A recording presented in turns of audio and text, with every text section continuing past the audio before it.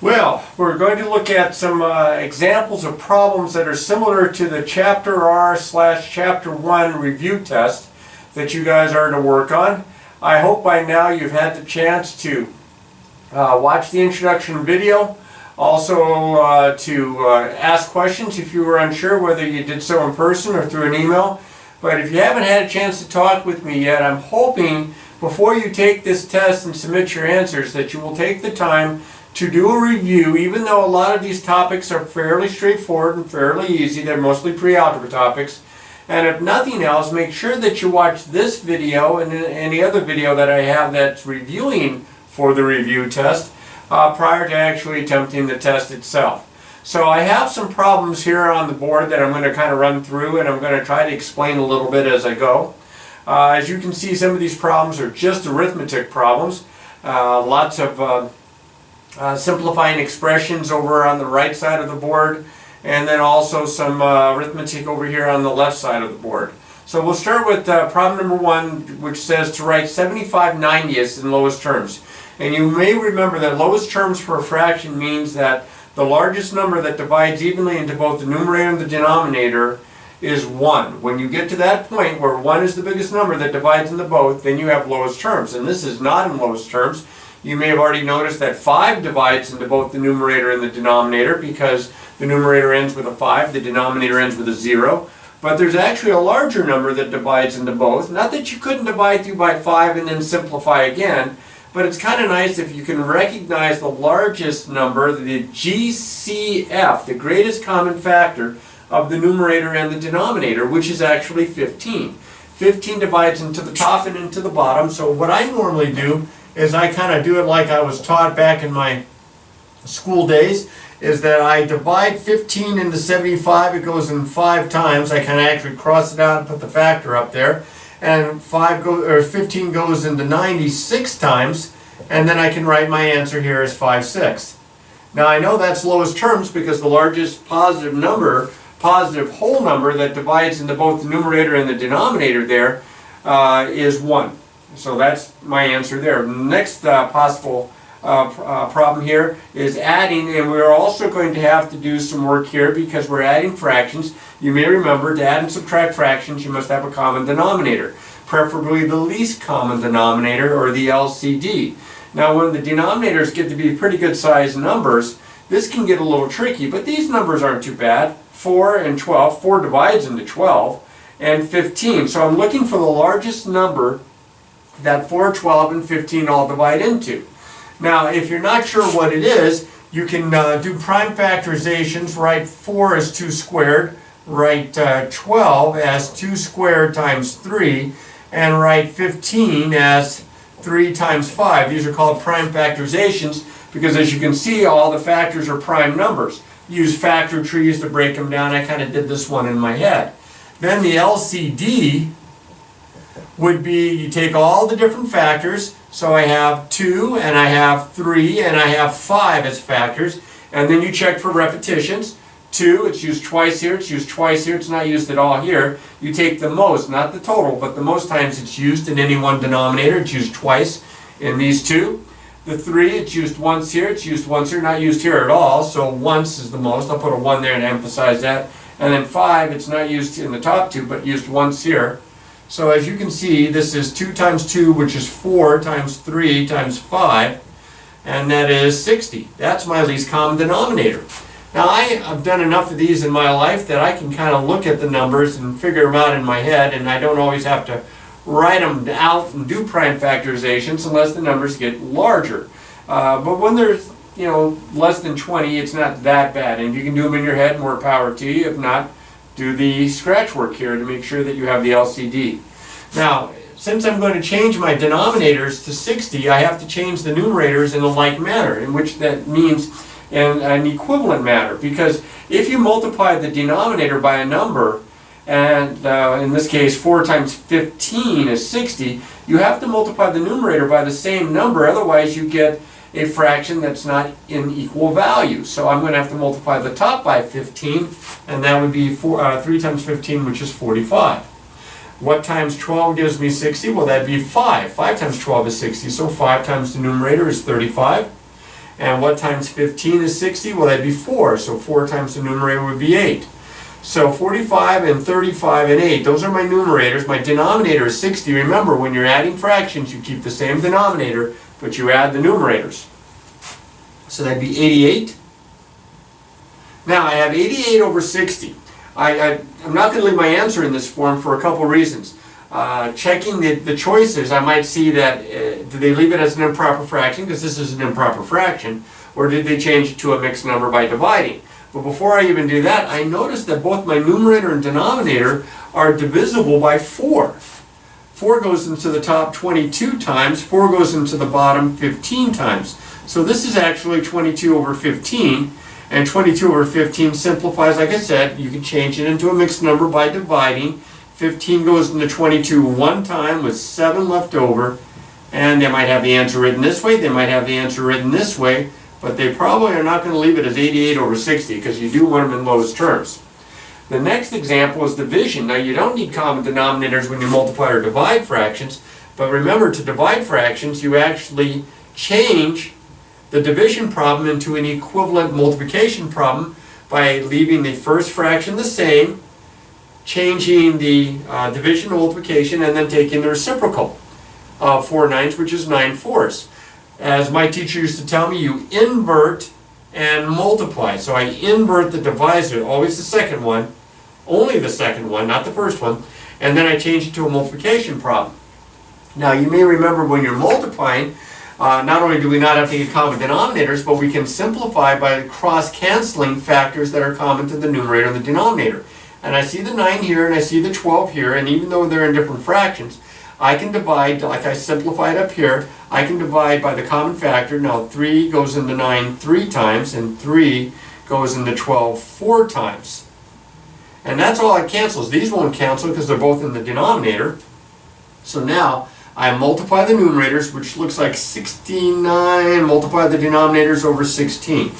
Now that's not going to simplify as far as the fraction is concerned. There are no common factors with those, the numerator and the denominator, but again, I can change this, and if I needed to, into a mixed number by dividing.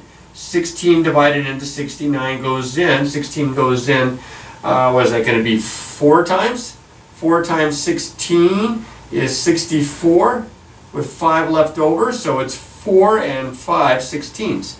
So they might have it written this way, or they might have it written this way, depending on what maybe the instructions are. All right, the next one up, it says true or false. So to determine if a statement like this is an inequality because of the greater than sign. To determine if a statement is true or false, you must simplify both sides and see what kind of a statement you have. You have a true statement or a false statement based on the numbers. Well, I have to simplify this by first doing the stuff inside the brackets here. So I have to multiply and I have to subtract. I have multiply, order of operations. Remember, please excuse my dearest Aunt Sally. This would be 10 minus 3. And of course, finish that off, do the subtraction. This would be 7.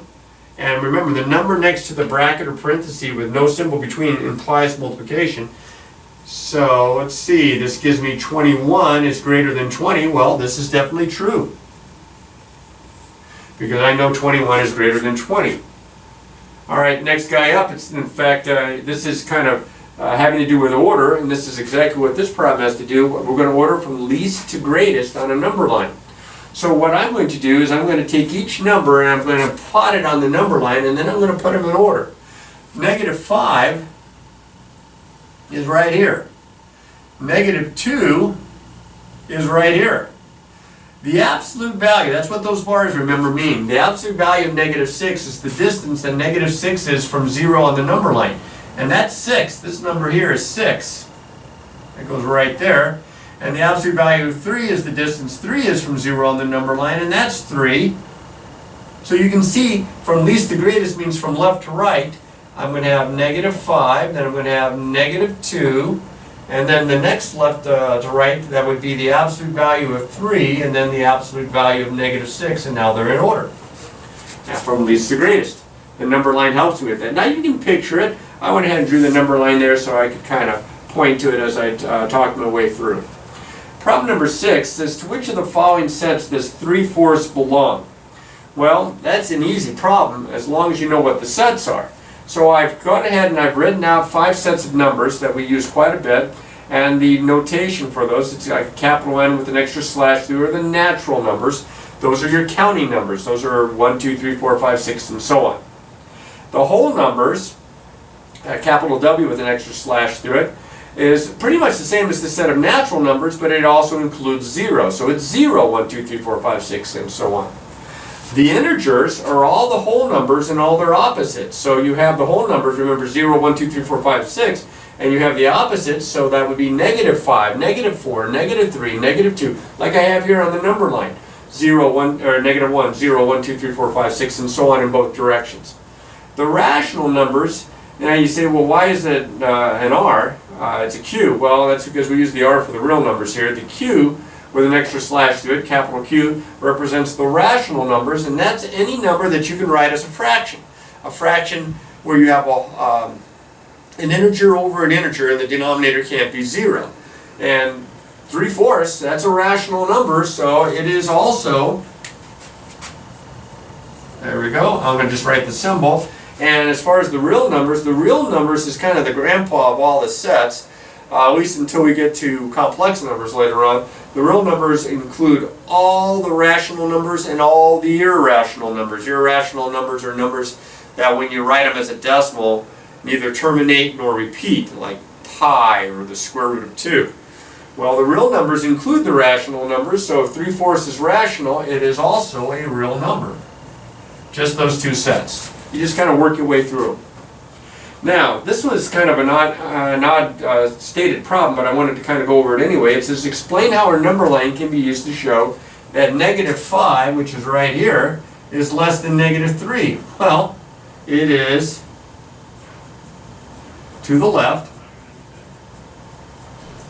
of negative 3.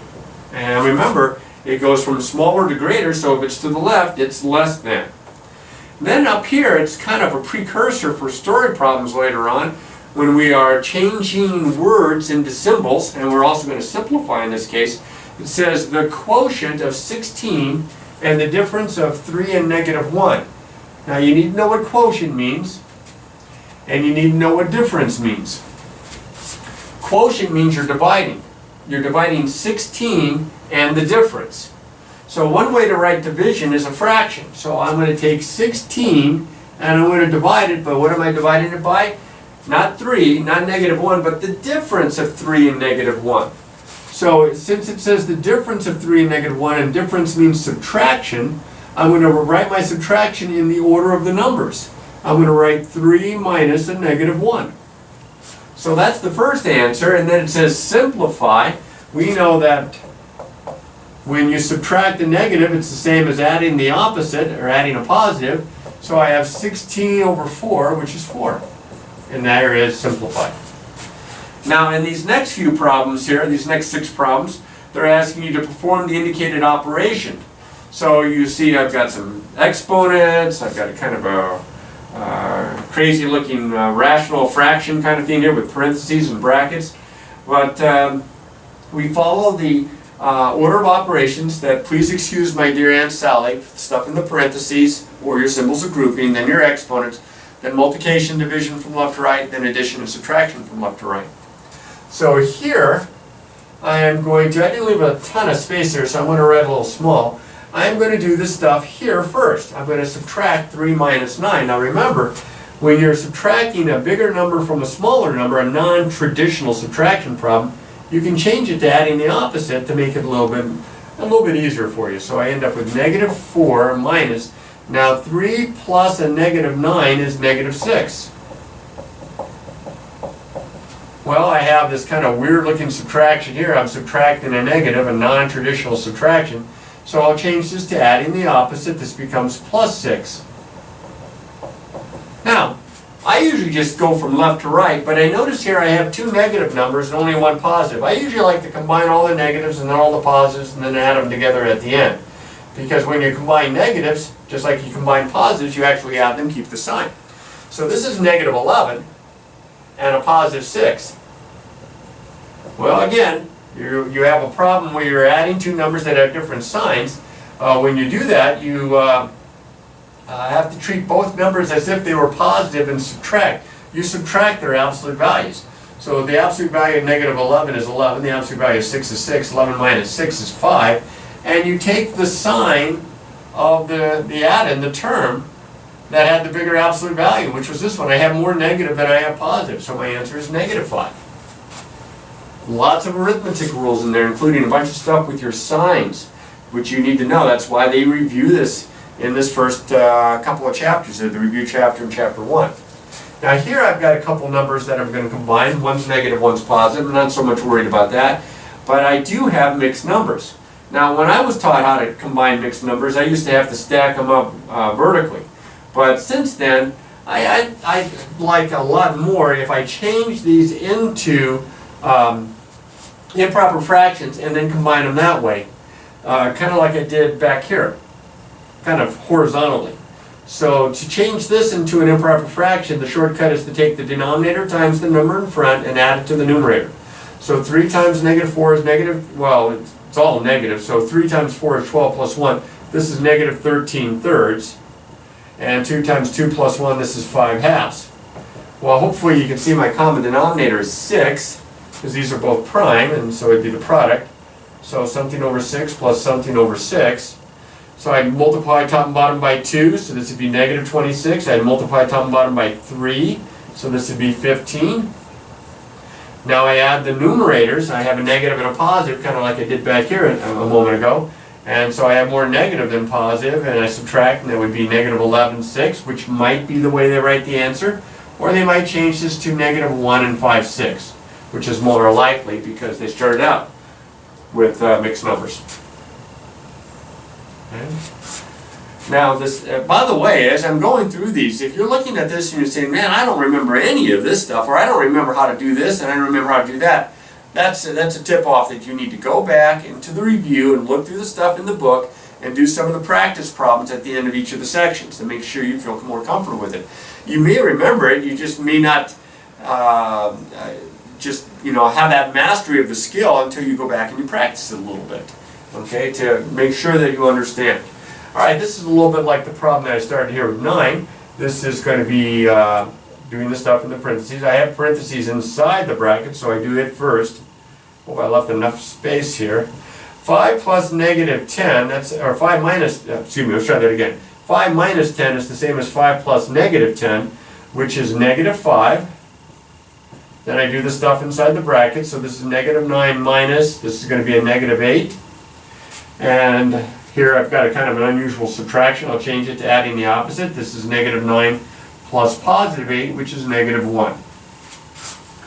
All right, one step at a time. Don't try to combine them too quickly in your head. That's when silly mistakes can be made. All right, so I'm going to do this stuff inside here first. Now I have a subtraction and I have an exponent.